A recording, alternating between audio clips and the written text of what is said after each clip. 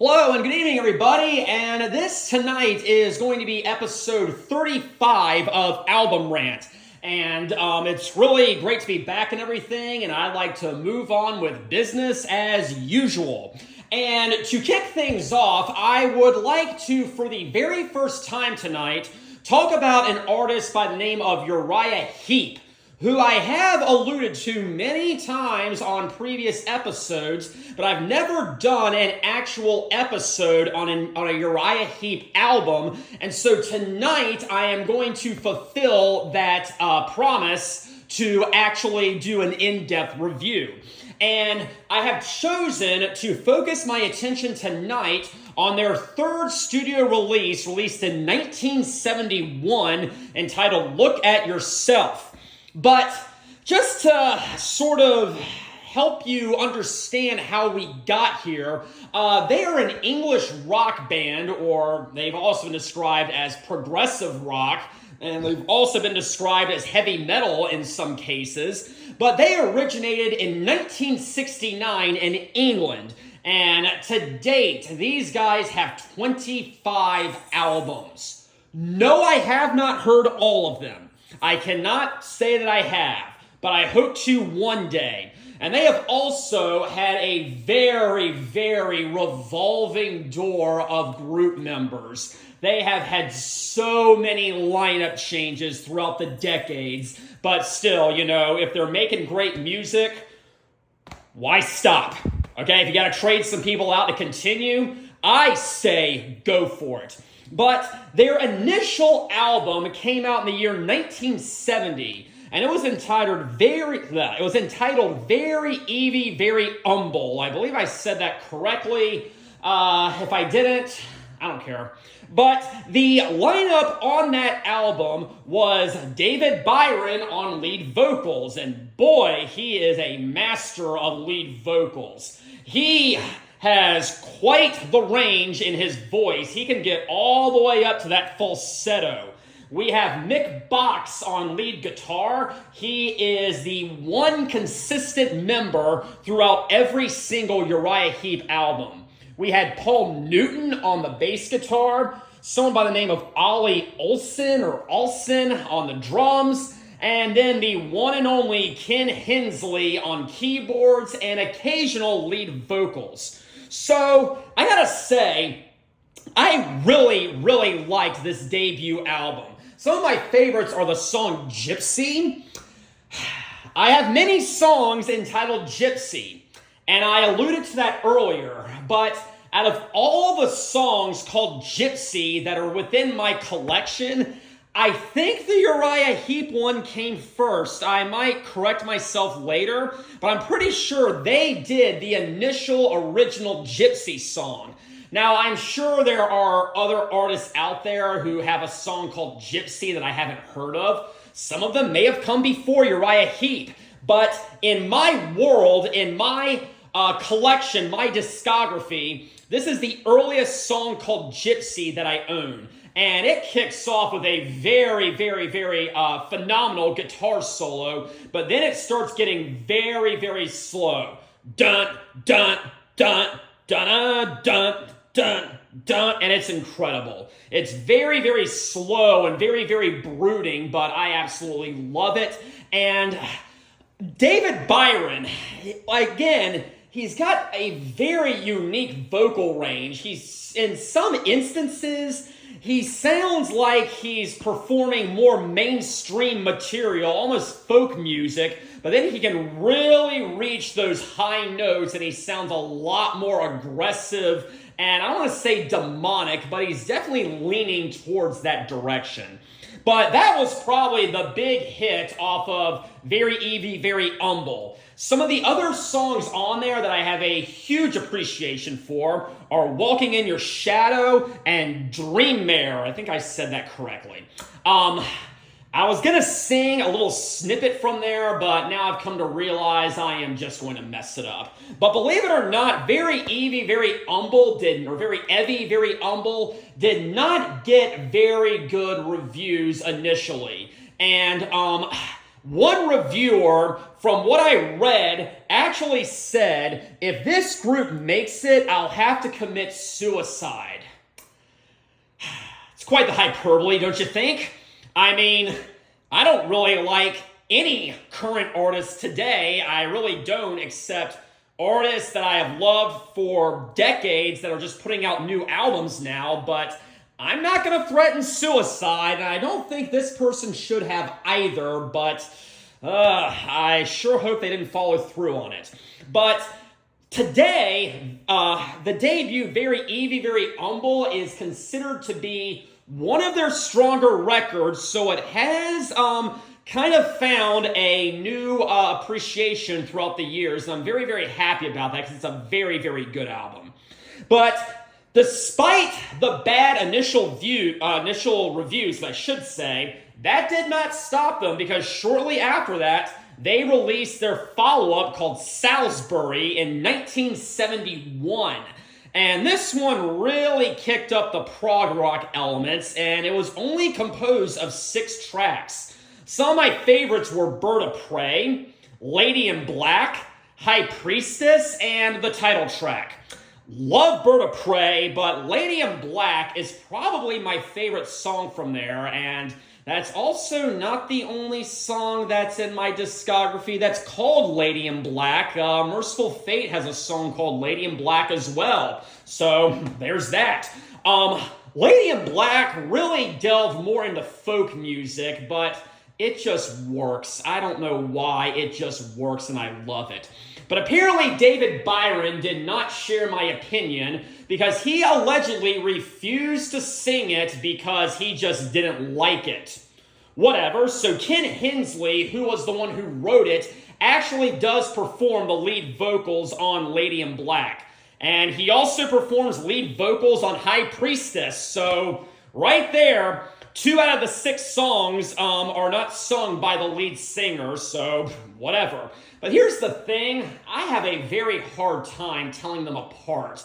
To me, they sound very, very similar, and maybe one day I'll be able to distinguish them. I mean, there was a time I couldn't tell David Gilmour from Roger Waters, but now I can, so who knows what the future will hold. But on Salisbury, they did trade out their drummer, and he was replaced by Keith Baker, who also only lasted for 1 album. But Salisbury did not get very good reviews either, and in fact, one person even called it a prog-rock nightmare. Again, I think we're kind of taking things a little too far there, but you do you. But then that brings us to the subject of tonight's review. Look at Yourself, their 3rd album. And on this one, once again, the drummer was traded out for someone named Ian Clarke, who also only lasted for 1 album. So on this album, we have David Byron on lead vocals, Mick on lead guitar, Paul Newton on bass guitar, Ian Clarke on drums, and Ken Hensley on keyboards, and, well, actually lead vocals in some places. But as you can see right here, this edition has really been through a lot. But look right there. They gave us a little mirror on the cover. This little insert is actually a mirror. I am sure when it was first purchased back in 1971, when I was not alive, it was in much better shape. It definitely has its fair share of wear and tear, but in this case, I'll take quantity over quality any day. So let's see what we have here on the back. So again, there is the lineup. Ken Hensley, Mick, David Byron, Paul Newton, and Ian Clarke. And it all kicks off with Look at Yourself, written by Ken Hensley. And believe it or not, this is also not sung by David Byron. This is also sung by Ken Hensley, and for the longest time, I never came to that realization. But this time, it wasn't because he didn't like the song. It's because apparently when they were ready to record it, he was having some throat problems. So Ken Hensley just stepped in and sang the thing. But in concert, David Byron always sang it, so there is that at least. But I love it. For the longest time, this was my favorite Uriah Heep song ever. It kicks off and it's very, very fast. And it's got a nice keyboard riff to it. And it's just really, really fast and very, very fast paced. And the keyboards really complement the song incredibly well. And I love it. Ken Hensley is a fine vocalist, so I have no complaints there. I love Look at Yourself. Then we move to the second track, I Want to Be Free, and this thing is beyond underrated, I have got to say that. I have not heard many Uriah Heep fans hail this as one of their favorites, and I think it's a shame. This is definitely one of the heaviest songs I have ever heard from them. It's incredible. It starts off raw. It starts out heavy and aggressive. But what I love about it is the contrast. Because after the little intro, there's barely any instrumentation at all. And it's just David Byron singing. And again, it sounds very, very folksy. It does not sound like something that is actually bordering on heavy metal. And I just love it. But then the instruments kick right back in, and we get that very, very raw, heavy sound to it. It goes dun, dun, dun, dun, dun, much like Gypsy, and it's absolutely incredible. I definitely suggest hearing I Want to Be Free. It is a great song. But then we come to what is perceived to be the big magnum opus from this album, July Morning, which apparently has a guest appearance from Manfred Mann of all people. But this is pure straight prog rock. Starts out with the keyboards or the Moog synthesizers, and it's a very, very good intro. But then it starts getting fast and heavy until it starts subsiding and gets soft again. And then David Byron starts singing, and he's incredible. And then it just progressively builds up all throughout the entirety. The chorus, some may think it's kind of ridiculous. I think it flows very well if you're in the right mood for it, but just a heads up, if someone who may not know a whole lot about Uriah Heep walks by and they hear you playing July Morning, they may think you're kind of weird, but don't let that stop you because it's great music. But that is going to conclude side one of Look at Yourself, and wow. I am very, very torn between what I think is my favorite from side one, but today I'm going to say I Want to Be Free. Ask me another day, it might be Look at Yourself or July Morning. Both are incredible compositions, but right now I am giving the edge to I Want to Be Free. I just love it. But that is not going to stop me from moving on to side two, which is what we have here. Kicks off with Tears in My Eyes, and you might think this is more of a ballady number, and you would be wrong. It is more of a straight-ahead rocker. And this one has really been highly praised by the fans, and I totally understand it. It's a great song. I may not like it as well as the three compositions from side one, but it's still a very, very strong number. And again, David Byron is doing some very, very funky things in the interlude, and I absolutely love it. But this was featured on their live album, which came out a few years later after this. I think it was actually released the next year in 2 years later, I want to say in 1973. But it's a great track. Again, it's 5 minutes. It's very, very simplistic compared to some of the other stuff this band has done. But yeah, I definitely have to give a shout out to Tears in My Eyes. Then we come to Shadows of Grief, which is probably the big climax of side two, and this thing is also very, very fast. And both Mick and Ken Hensley contribute a lot to the mood and the rhythm of the track, and I absolutely love it. This thing has no build-up. July Morning has a ton of build-up. Shadows of Grief just comes out swinging right from the gate, and I think it's a great song, like I said. It's kind of The beginning, like I said, it mostly features the keyboards from Ken Hensley, but it's da-na, da-na, da-na-na-na-na-na. It's incredible, and I think it's a definite recommendation from my perspective. When I first heard this album, Shadows of Grief was one of the ones that really stood out to me, and I do stand by that. Then we have What Should Be Done, which is written by Ken Hensley, and this is, it's a piano ballad. If you like it, great. I am not a huge fan of piano ballads, and a lot of artists in the 70s that I'm really into, like Black Sabbath and Kiss and Judas Priest, they would oftentimes just throw a random piano ballad on their album, and I never really quite gravitated to that. It's definitely a change of pace.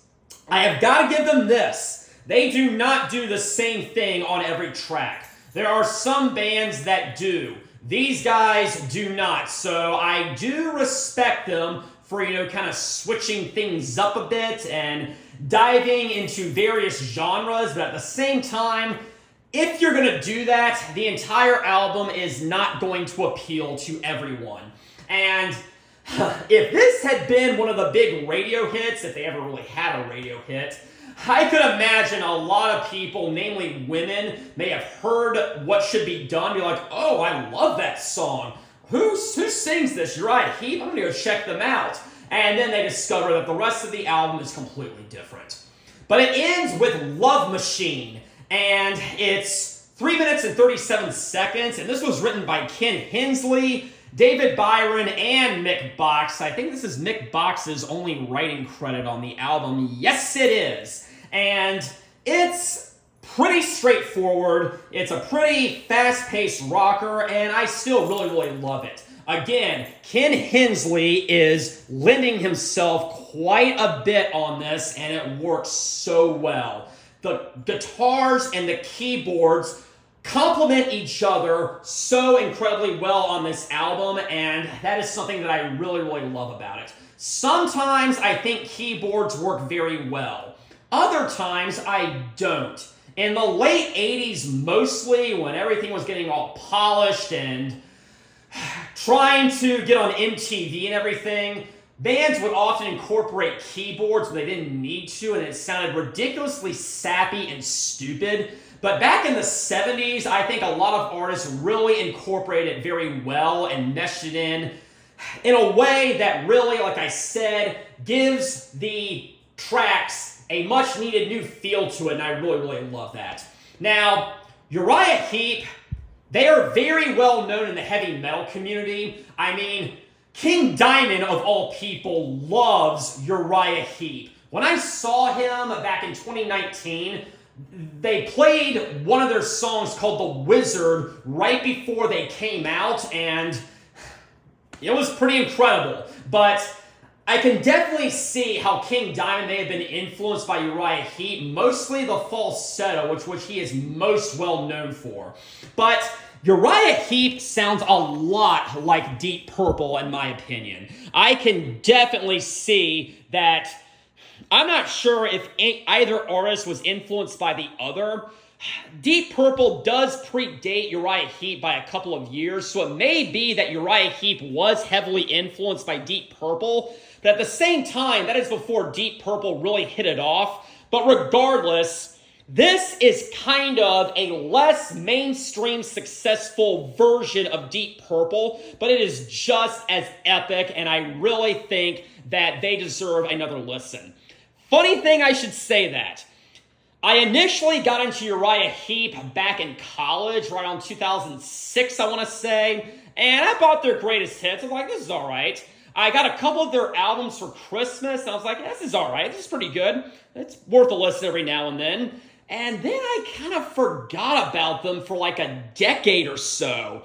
And it's weird, and it's a shame I did, because a few years ago, I decided to make a CD rotation for when I'm in the car. So basically, it used to be when I picked out CDs to listen to in the car, I would just pick random stuff and just go with it. And I realized I was always picking the same things over and over and over again, and a lot of these albums just weren't getting listened to.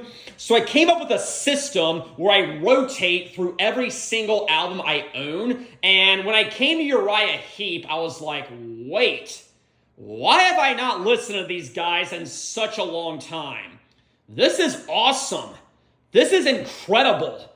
I need to get further into them, and I have now heard many of their albums, and I hope to hear more in the future, but I have made it through their entire 70s discography, and I am working on the 80s now, and I heard they did have some good stuff then. But that is going to conclude my review of Look at Yourself by Uriah Heep. Next week, we're going to take another look at the PMRC, but until then, have a very pleasant evening.